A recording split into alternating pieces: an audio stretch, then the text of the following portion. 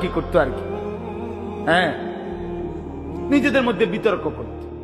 আমার চাচা এই, আমার জেডা এই, আমার মামা এই, আমগো বাড়িতে এত আছে, টাকা এত, বাড়ি এত, জায়গা এত, জমি এত, তোরার কিতাবে না, এগুলো আমাদের মধ্যে হয় না এমন। ওরা প্রচন্ড ভাবে এইটা নিয়ে বিতর্ক করত, অর্থ সম্পদ এবং ক্ষমতা, প্রভাব প্রতিপত্তি এবং বংশধর নিয়ে নিজেদের মধ্যে গর্ব এবং অহংকার করত, প্রতিযোগিতা করত, কার কত বেশি দুনিয়া দুনিয়া। তো এটা তাদের একটা অভ্যাস ছিল। এর মধ্যে দুইটা গোত্র, বনু আব্দে মানাফ এবং বনু সাহাম, ওই কোরাইশের শাখা, এই দুইটা গোত্রের নাম। একদিন তারা এই দুই গোত্র প্রচন্ড তর্কে লাগছে, কার বংশ বড়, কার সম্পদ বেশি, কার ক্ষমতা বেশি, কইতেছে, এরা একবার কয়, এরা একবার কয়।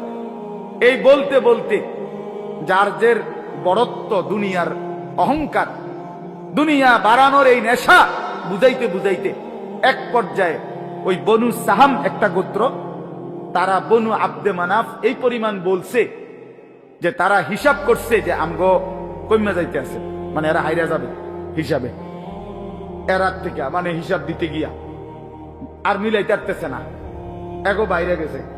এই তখন এরা এই বনু সাহাম এই গোত্র কইল কি, অগরে এদিগাও, কই, কবরস্থানে আসো। কোথায়? কবরস্থানে আসো, আসো কবরস্থানে।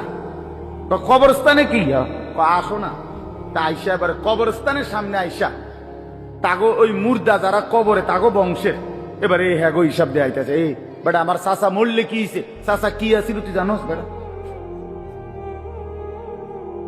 আমার দাদা মরলে কি হয়েছে বেটা? হ্যাঁ, আমার দাদার ভয়ে দাদা নিজে কাঁদতো বেটা।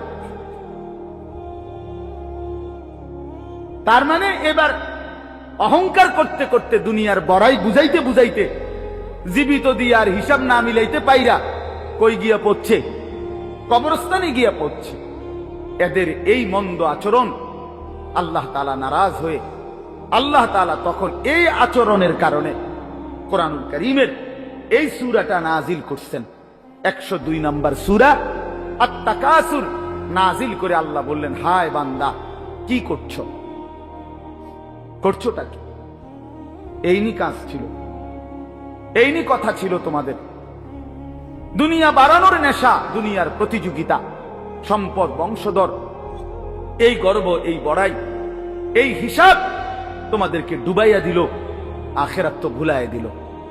এই তখন আল্লাহ তাআলা বলেন, কি বলেন শুনেন।